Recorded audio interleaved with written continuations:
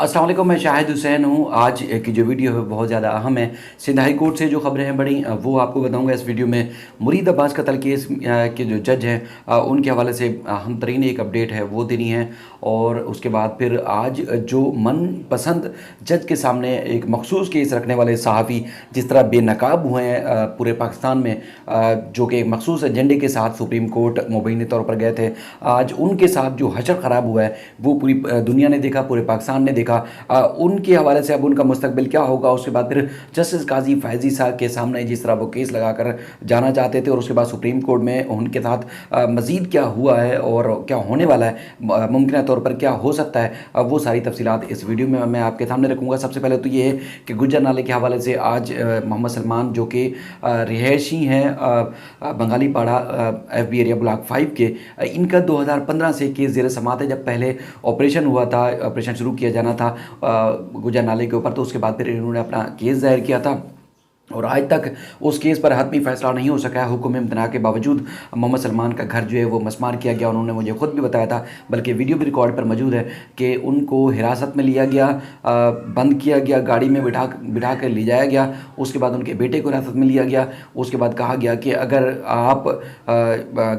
बाप चाहते हैं तो फिर आपको घर तोड़वाना पड़ेगा, यानी कि घर टूटेगा तो आपका बाप वापस आएगा, अदरवाइज आपका बाप वापस नहीं आएगा, यानी कि मोहम्मद सलमान वापस नहीं आएंगे। बहरहाल इस तरह की सूरत हाल बनी उनके साथ। उसके बाद फिर उन्होंने तौहीन अदालत की दरख्वास्त दायर की थी, क्योंकि हुक्म इम्तना के बावजूद उनका जो घर था वो मसमार कर दिया गया। इस तरह उनके साथ जो किया वो एक नाकाबिल बयान है। इस तरह कई शहरियों के साथ हुआ है। अदालतों के हुक्म इम्तना के बावजूद उनके घर जो है मसमार किए गए। उसके बाद फिर आज ख़ास तौर पर जस्टिस इरफान सादिक खान साहब की अदालत में जब केस ये ज़ेर समात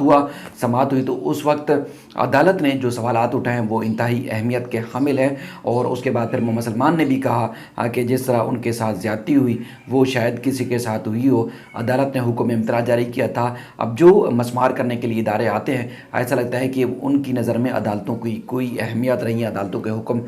नामों की कोई अहमियत नहीं है, और आते हैं घर मसमार करके चले जाते हैं। अदालतों का जो हुक्मनामा है उसको नज़रअंदाज किया जाता है। जस्टिस मोहम्मद इरफान सादिक खान साहब जो है उन्होंने अब सवालात उठाएं कि जब लियारी एक्सप्रेस वे बना था तो उस वक्त भी उनके मुतासरीन को मुआवजा दिया गया। इसके अलावा जो सदर का कॉरिडोर यानी कि पार्किंग प्लाजा वाला रोड जब बनाया गया उस वक्त भी लोगों को मुआवजा दिया गया। और भी बेशुमार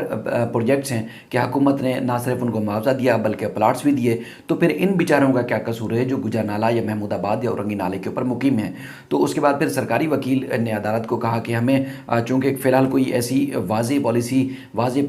प्लान जो है वो सामने नहीं आ सका है, तो हमें थोड़ा सा वक्त दें, मैं सिंध हुकूमत से पूछ के जो है वो बताऊंगा। अब अदालत ने 15 सितंबर को इसकी तफसीलात तलब की है सूबाई हुकूमत से कि बताया जाए कि अब इन लोगों को, इन मुतासरीन को जो नालों के ऊपर हैं और ख़ास तौर पर जो दरख्वास्त गुजार हैं, इनको मुआवजा देने के हवाले से क्या इकदाम किए जा रहे हैं। और इस दौरान जो है वो KMC की जानब से एक जवाब भी जमा कराया गया तहरीरी तौर पर, जिसमें कहा गया था कि एक कच्ची आबादी ने लीज दी, KMC का इसमें जो है वो कोई किरदार नहीं है, लिहाजा इस दरख्वास्त से KMC को निकाला जाए, फारिग किया जाए, और उसके बाद KMC यानी कि इस मामले की जवाबदेही नहीं है। और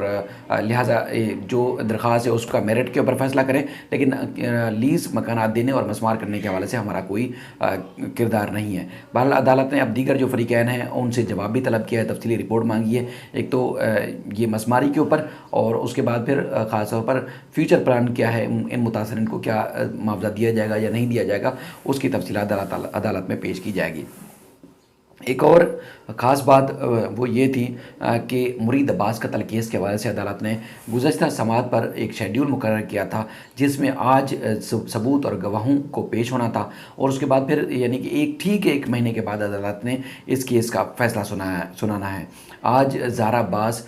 उमर रिहान और उसके अलावा उनकी अहलिया और उसके अलावा जो दीगर इस केस से जुड़े गवाहान हैं वो अदालत में पेश हुए, लेकिन फाजिल जज साहब जो है वो छुट्टी पर थे। जज साहब की बताया गया है कि उनको कोरोना हो गया है, वो तकरीबन एक हफ़्ता गुजर चुका है कि वो करंटीना हुए हैं और वो अदालती कार्रवाई नहीं कर रहे, अदालत में नहीं आ रहे। तो इसलिए मज़ीद एक हफ़्ते का टाइम दिया गया है कि मज़ीद एक हफ़्ते के बाद यानी कि 8 सितंबर को इस केस में मज़ीद जो पेश रफ्त होगी गवाहों और सबूतों के लिए समात मुकर्रर की गई है कि गवाह और सबूत जो है वो अदालत में पेश होंगे ताकि केस को आगे बढ़ाया जाए, केस की मज़ीद आगे कार्रवाई की जाए। अब चूँकि 1 हफ़्ते का डिले हो चुका है तो मज़ीद कहा जा सकता है कि जो अदालत ने 30 सितंबर को ये फ़ैसला करने का जो एक शेड्यूल जारी किया था वो शायद ना हो पाए, लेकिन इंशाल्लाह मज़ीद आगे बेहतरी की तवक्को है, क्योंकि जिस तरह गवाहान और उसके बाद फिर मुद्दई ख़ास तौर पर ज़ारा अब्बास जिस तरह डटी हुई हैं और वो पेश हो रहे हैं अदालतों में, और आज ख़ास तौर पर जिस तरह उमर रिहान और उनकी अहलिया और केस में चूँकि वो दोनों गवाह हैं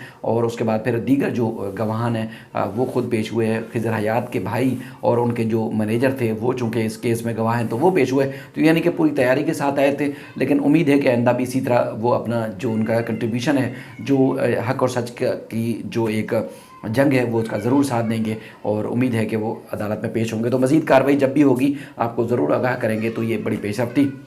दिनेश कनेरिया जो कि क्रिकेटर हैं, अब तो उनके ऊपर पाबंदियां लगी हुई हैं, वो काउंटी या डोमेस्टिक क्रिकेट भी नहीं खेल सकते। उनकी जानिब से एक अरसे दराज से केस ज़ेर समाअत है। आज chief justice Sindh high court की अदालत में केस ज़ेर समाअत था, तो आज जो दायरा समाअत है यानी कि सिंध हाई कोर्ट इस मामले की समाअत नहीं कर सकता। अब वो तफज़ुल रिजवी साहब हैं, PCB का वकील, उन्होंने आकर बताया है कि ना तो केस पाकिस्तान का है और ना ही PCB का इसमें कोई किरदार है, और ना ही PCB ने या सिंध हाई कोर्ट या पाकिस्तान की किसी अदालत ने दिनेश कनेरिया के खिलाफ जो है कोई कार्रवाई की है, तो लिहाजा सिंध हाई कोर्ट इस केस की कार्रवाई नहीं कर सकता।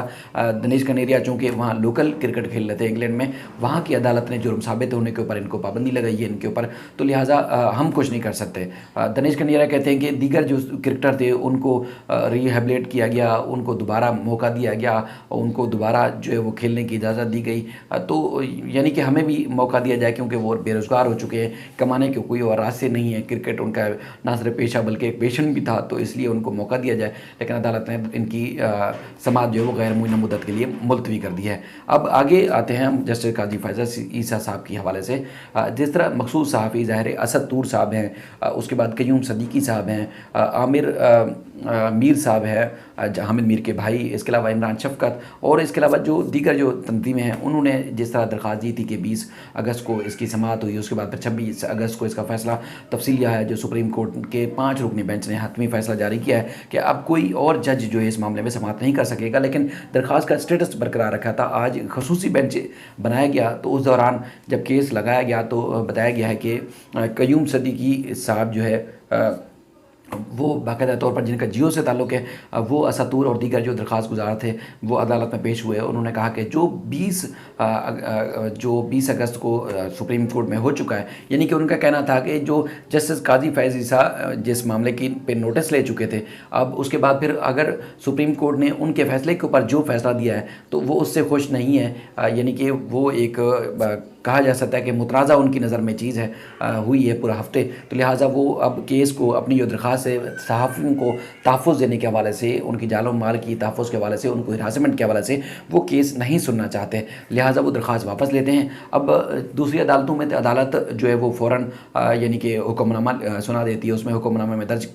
कर दिया जाता है कि फ़लाँ दरख्वास्त गुजार जो है वो केस वापस ले रहा है, लेकिन वापस ले रहा है तो लिहाजा केस निपटा दिया जाता है, या दरख्वास्त वापस लेने पर केस खारिज कर दिया जाता है। अब इनका मामला चूँकि इम्तिहान और भी है, यानी कि जिस तरह महबूब को हासिल करने की इन्होंने कोशिश की थी, तो अब वो सुप्रीम कोर्ट में इन्होंने बाकायदा तौर पर अब इनको दरख्वास्त वापस लेने की दरख्वास्त दायर करनी पड़ेगी, उसके बाद ही इस बात का फ़ैसला होगा कि दरख्वास्त वापस हो सकती है। बहरहाल अदालत चूँकि पहले हुक्म जो इसमें आज खुद नोटिस ले चुकी है, अब उसको कन्वर्ट कर चुकी है। जिस तरह आपको याद होगा आर्मी चीफ़ के हवाले से भी जो हुक्मनामा था जस्टिस आसिफ सईद खोसा साहब का, तो उस वक्त भी जो दरख्वास्त गुजार थे उन्होंने दरख्वास्त वापस लेने की इस्तदा की थी, लेकिन उनकी दरख्वास्त वापस नहीं ली गई थी, क्योंकि आइन के आर्टिकल जो कि 184(3) के तहत जिस तरह सुप्रीम कोर्ट ने आज खुद नोटिस में तब्दील किया था मामले को, तो अब ये मामला भी उसी तरह हो चुका है। और उसके बाद फिर वो सुप्रीम कोर्ट ने खुद केस चलाया, और उसके बाद फिर खुद उन्होंने हदूद क़य्यूद और जो भी एक आइन के मुताबिक जो आइन की तशरीह थी वो उन्होंने उस हुक्मनामे में लिखी। उसके बाद अब चूँकि वो चाहते थे कि एक मखसूस जज साहब के पास ये केस लगाया जाए, मखसूस जज साहब जो है वो इदारों को एक ब्लेम करें, उनको मिलाइन करें, उनके खिलाफ रिमार्क्स दें और ये बढ़ चढ़ कर जो है वो हुकूमत के ख़िलाफ़ और इदारों के ख़िलाफ़ जो है वो सोशल मीडिया के ऊपर, यूट्यूब्स के ऊपर, मीडिया के ऊपर जो है वो उछल उछल के बातें करें। लेकिन 5 रुकनी बेंच, लार्जर बेंच ने ये उनके तमाम इरादे जो थे वो खाक में मिला दिए हैं और उनके वो अब जैसे काजी फैज़ी साहब को तो चूँकि इस मामले में फ़ारिग कर दिया है। अब ये चूँकि वापस भी अगर लेना चाहें तो ये केस वापस नहीं हो सकता है। अब 5 रुकनी बेंच का फ़ैसला मौजूद है, तो इसलिए अब उनको शर्मिंदगी का सामना करना पड़ा है। बल्कि अब जहाँ तक देखा जाए तो जस्टिस काजी फैज़ी साहब की क्रेडिबिलिटी के ऊपर मज़ीद जो है वो सवालात उठना शुरू हो गए हैं। लोग सवाल कर रहे हैं, पूछ रहे हैं कि अगर जस्टिस काजी फैज़ी साहब इस मामले को सुनते, सहाफ़ियों को तहफ़्फ़ुज़ देने के हवाले से केस, तो ये सारे सहाफ़ी वहाँ तो बड़े धड़ल्ले से जो है वो पहुँच गए थे और उसके बाद फिर केस दायर भी किया गया है। तो उसके बाद फिर अगर जस्टिस काजी फैज़ी साहब जो है वो अगर केस नहीं सुनते तो क्या ये सहाफ़ी क्या उनको अब वो मसाइल नहीं है जिनको लेकर ये सुप्रीम कोर्ट गए थे? तो यानी कि अब इनका जो एक नेक्सस है, एक जो इनका अपना जो राब्ता है जजेस और जज ख़ास तौर पर काजी फैज़ी साहब और उसके बाद फिर सहाफ़ियों के दरमियान, वो खुल के बेनकाब हो चुका है। इस पर पूरी कौम जो है सवाल उठा रही है। लेकिन अब ये मामला थमेगा नहीं, मज़ीद जो है वो इस किस्म के लोग जो बेनकाब भी होंगे, क्योंकि अब इदारे जो है वो पहले की निस्बत बहुत ज़्यादा तब्दील हो चुके हैं। वो अब इन बातों में या इन चीज़ों में नहीं आते कि अगर आर्मी चीफ का भी मामला आता है तो उसके भी एक वाज़ेह डायरेक्शन दी जाती है। अगर कोई और भी मामला आता है तो उसको पूरा, अगर कहीं कोई अगर खलल या अगर कोई चीज़ ऐसी बाकी है जो तशरीह करने में या समझने में लोगों के लिए नाकाफ़ी होती है, तो वो सुप्रीम कोर्ट उसके वाज़ेह जो है वो तशरीह कर रहा है, उसकी वाज़ेह जो है वो हुक्मनामा जारी कर रहा है। जिस तरह ये सामने आया कि आज खुद नोटिस कौन ले सकते हैं और कौन नहीं ले सकते हैं। तो अगर जब ये केस चलता है तो चूँकि केस तो चलेगा, अब सुप्रीम कोर्ट ने इसका फैसला भी करना है और तमाम एडवोकेट जनरल और उसके अलावा जो मुतल्लिका जो इदारे हैं, चाहे वो FIA, पुलिस और उसके अलावा वफाकी हुकूमत के साथ साथ सूबाई हुकूमतों के भी नोटिस जारी किए गए हैं। तो ये जब 15 सितंबर को जब ये इस केस की समाअत होगी तो मज़ीद ये मामला खुल के सामने आएगा कि कौन है अब बिलाखिर जो है वो सहाफ़ियों को हरासा करता है, कौन है जो सोशल मीडिया के ऊपर बैठ के इदारों को बदनाम करता है, कौन ऐसा जो मुल्की इदारों के ख़िलाफ़ जो है जहर उगलता है, कौन है ऐसा जो कौम को गुमराह करने की कोशिश करता है। ये सारी बातें जो है वो रिकॉर्ड पर आएंगी, तो उसके बाद फिर उस वक्त इनका जो है वो इनकी ये कहाँ मुँह छुपाते फिरेंगे। ये वो सहाफ़ी हैं जो एक अरसा दराज से इस तरह की ब्लेम गेम करके, नून लीग के और उनके एक सहाफ़ी विंग के तौर पर जो है वो काम कर करके आगे चले गए और उसके बाद फिर अब ये समझते हैं कि जो ये कहेंगे, जो ये करेंगे, तमाम इदारे तो तमाम मुल्क के जो यानी कि चीज़ें जो है वो इनके पीछे पीछे चलेंगी। हरगिज़ ऐसा नहीं होना। अब ज़ाहिर चीज़ें बहुत तब्दील हो चुकी हैं, तो इनकी मनमानी या इनकी मनपसंद जजेस के सामने केस नहीं लगाएंगे। और आपको ये भी याद होगा कि ये तो नून लीग का भी एक वतीरा रहा है कि वो ख़ास तौर पर ख़ास जजेस से ख़ास फैसले ख़ास जो वो चीज़ें और मखसूस अंदाज में करने की कोशिश करते थे। तो इन्होंने ये वारदात डालने की जो कोशिश की थी असद तूर और उसके अलावा क़य्यूम सिद्दीकी साहब ने और दीगर जो आमिर मीर वगैरह हैं, इमरान शफ़क़त, तो वो इनकी वारदात जो है वो नाकाम हुई है। और अब लोग तो ये भी बातें कर रहे हैं कि जैसे काजी फैज़ी साहब अब किस तरह लोगों का सामना करेंगे, फेस करेंगे कि अब मखसूस अगर सहाफ़ी उनके पास केस चलाते तो केस चलता और उसके बाद अगर वहाँ उनके पास केस नहीं चलना तो फिर किसी जज के ऊपर भी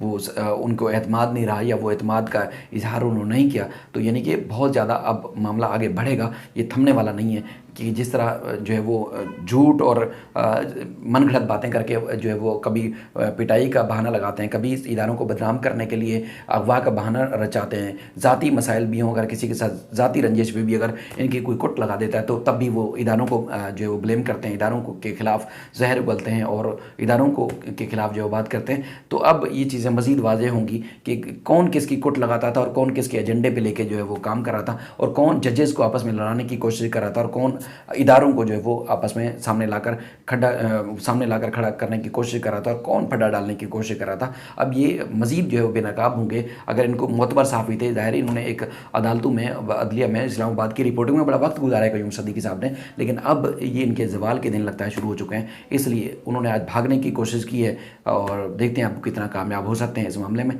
अगला वक्त बताएगा। बहरहाल ये इंतहाई अहम अपडेट्स ही आपके सामने रखी, मज़ीद भी इस सिलसिले में आपको अपडेट करते रहेंगे। अपना ख्याल रखिएगा। अल्लाह हाफ़िज़।